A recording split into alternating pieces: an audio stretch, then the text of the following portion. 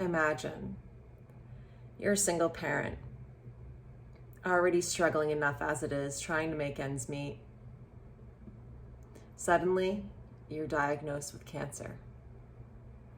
Through all the surgeries, the treatment, the chemo, and radiation, you are fortunate enough to get the cancer under control.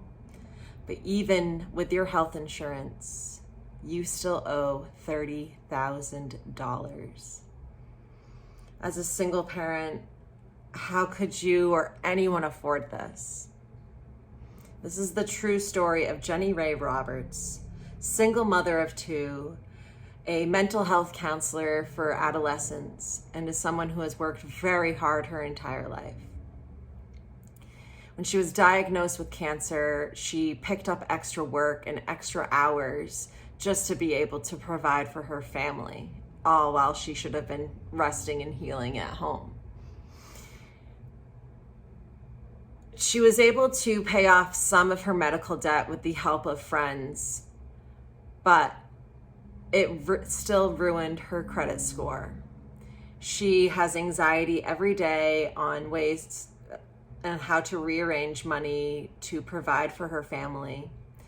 She has thought about taking sports away from her kids as well as car insurance just to save money. And she said in a quote to NPR that my doctor saved my life, but my medical bills are taking away from my children's lives.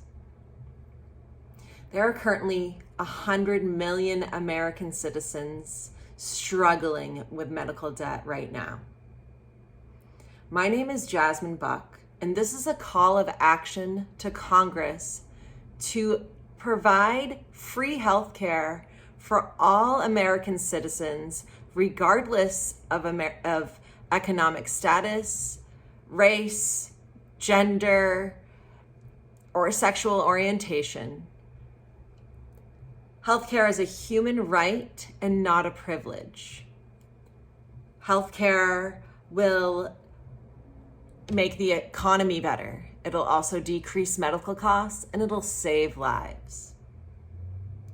First, we'll talk about how free healthcare will help the economy. It will, without any medical debt, people are going to be able to get ahead finally. And also, another reason, if you're healthy, you have the access to the healthcare you need. Healthy people are more productive.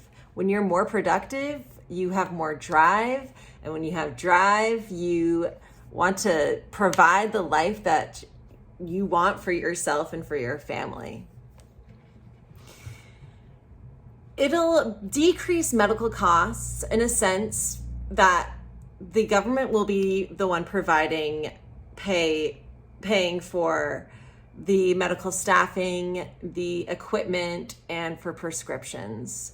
And this will cause for vendors to stop competing with one another, which they always jack up the prices that way. And this will bring it all down and make that under control.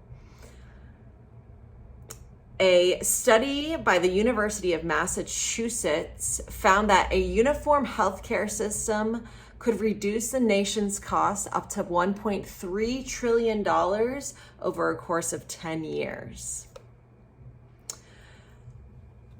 And finally, a free healthcare system will save lives. There are so many people out there that will delay calling the doctor when they get symptoms of being sick or injured because they are worried about the financial hardship. In a poll in 2019, 25% of the population delay getting medical help because of the financial hardship that it causes. An example from Michael Sayanto is about a woman named Anna Markle. She was diagnosed with stage 3 cancer, and after she was laid off because of her sickness, she lost her insurance after a year and could no longer afford the treatment and made the decision to stop treatment for herself so she would not be a financial burden on her family. She passed away at the age of 53. No one, no family should ever have to make a decision like that. And I know someone personally that passed away last year from testicular cancer. He knew he was sick for a while, but he kept it all to himself. And one of his best friends finally pointed out to him, asked him what was going on, and helped him to go to the doctor. He didn't want to be a financial burden or to worry anyone, so that's why he didn't make the call. When he finally went, he was diagnosed with testicular cancer, and the cancer had spread all over his body. He passed away just a couple months after he was diagnosed, leaving a huge hole in a whole lot of people's hearts.